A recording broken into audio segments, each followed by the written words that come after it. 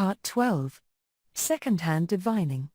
When I went to France for the big International Congress of Diviners, I stayed with the president, the Vicomte Henri de France, in his beautiful old castle, the Château d'Héry, on the Somme.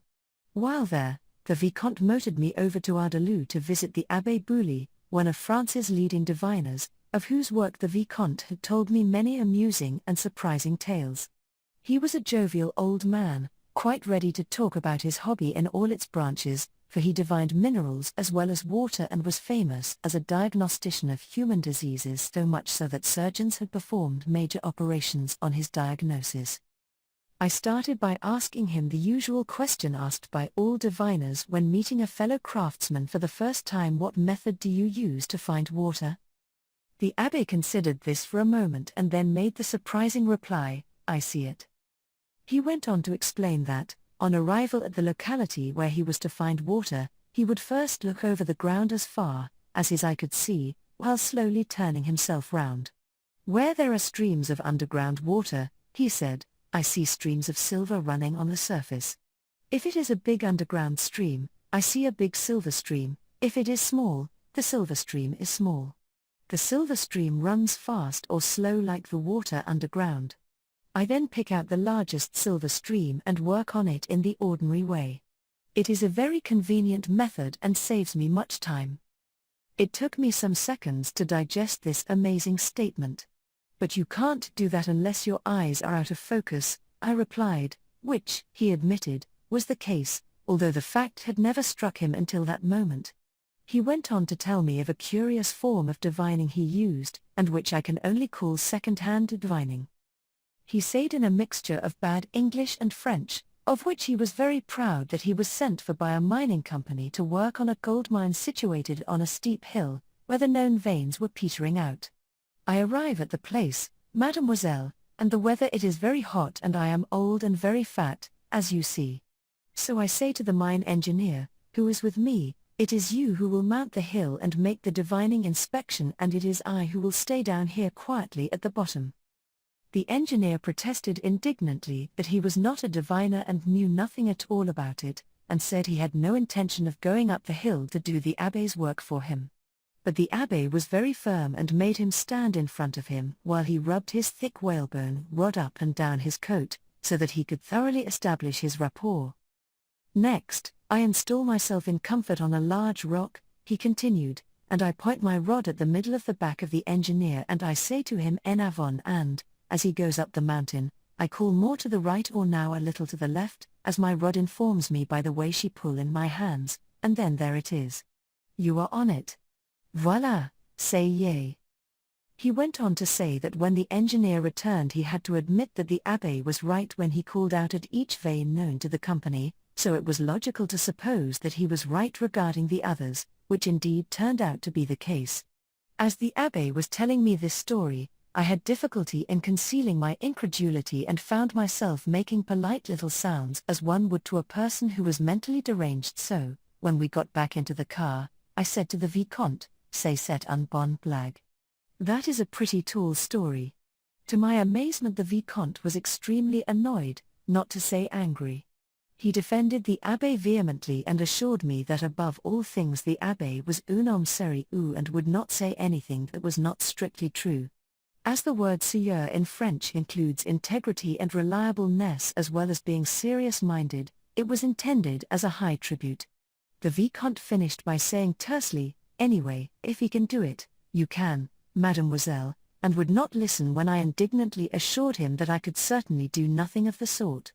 On arrival at the chateau he immediately insisted on taking me out into the wood at the back of the lovely old mansion.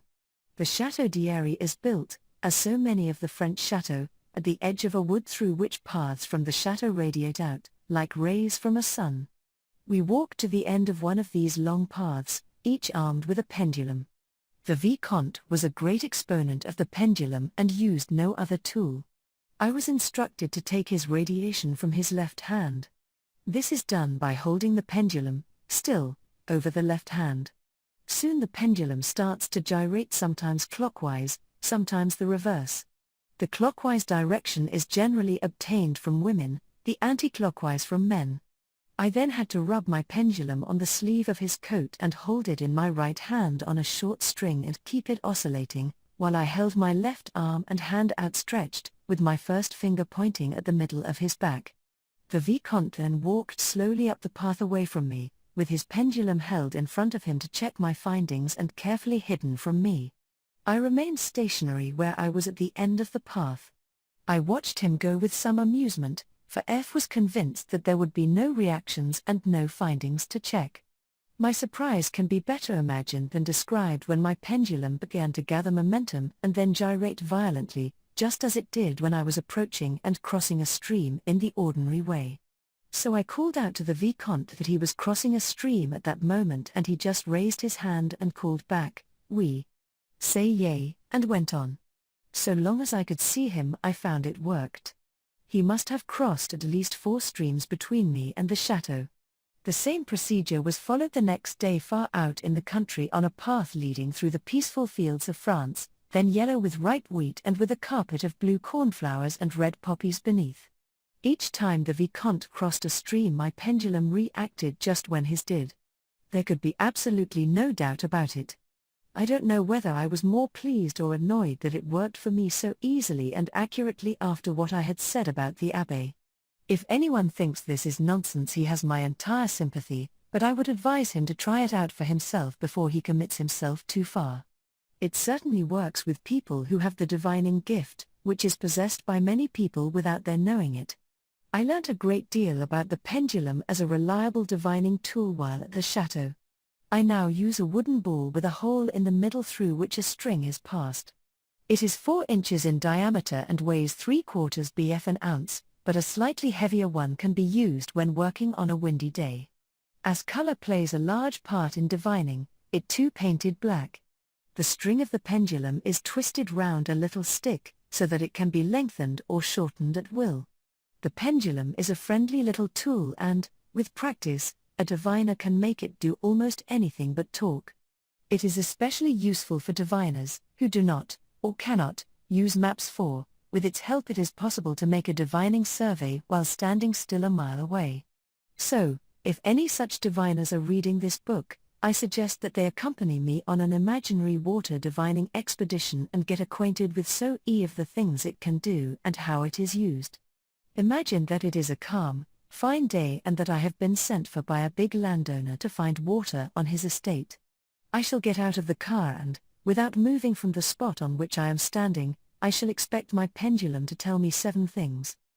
1. Is there any underground water within a radius of a mile? 2. If so, what is the exact direction of that water? 3. Is it in large or small supply? 4. Is it moving quickly or slowly in the ground? 5. Is it deep or near the surface? 6. Is it a drilling or digging proposition? 7. Is it fit for human consumption? The pendulum can answer all these questions without my moving from the spot where I am standing and without my having any previous knowledge of the district. It sounds impossible but is really very easy, and I will tell you exactly how it is done. If there is a fallen tree or little hummock for me to stand on so that I can see further, it is easier still. First of all, the pendulum is held in the right hand on a short string and kept gently oscillating. The left hand and arm are used as antennae, stretched out with the first finger pointing in a straight line with the arm. 1. I turn myself slowly round. When the pointing finger comes into line with underground water, the pendulum in the right hand changes from an oscillation to a gyration. This answers the first question. I have found underground water. 2.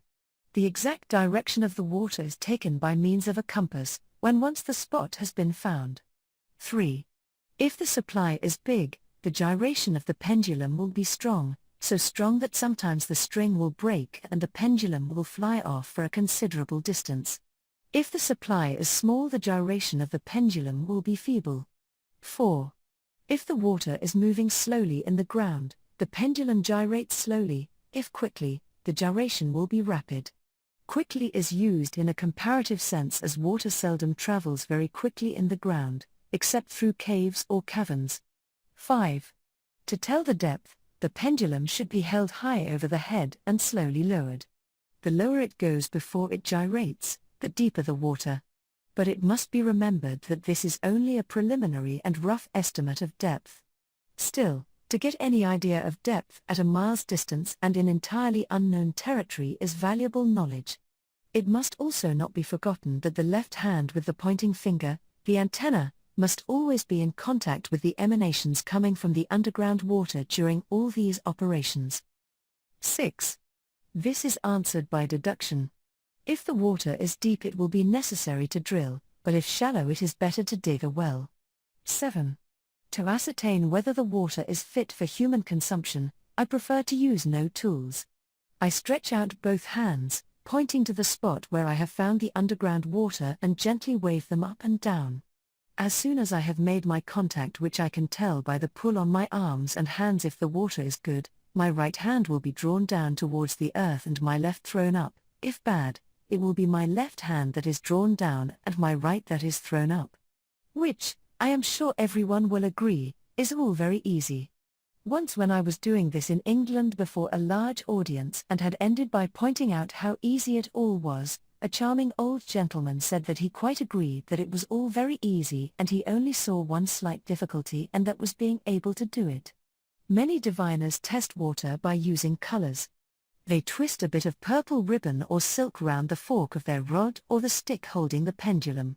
If the pendulum still gyrates, the water is fit for human consumption. The paler the purple, violet purple, to which the rod or pendulum will respond, the better the water. If the pendulum remains stationary when purple is used, the water is not fit for human consumption. To make sure that that is the case, a piece of royal blue ribbon or silk should be tried, and, if the pendulum gyrates with this, the water is certainly unfit for drinking. This does not necessarily mean that it will be unfit for animals. In testing it for the use of sheep, take some wool from a fleece and use it instead of the colored ribbons. If the pendulum works, the water will be fit for them to drink. For cattle, use hair from a bullock's tail. I often wonder why, in a vast sheep farming country like Australia, divining is not used in sheep breeding.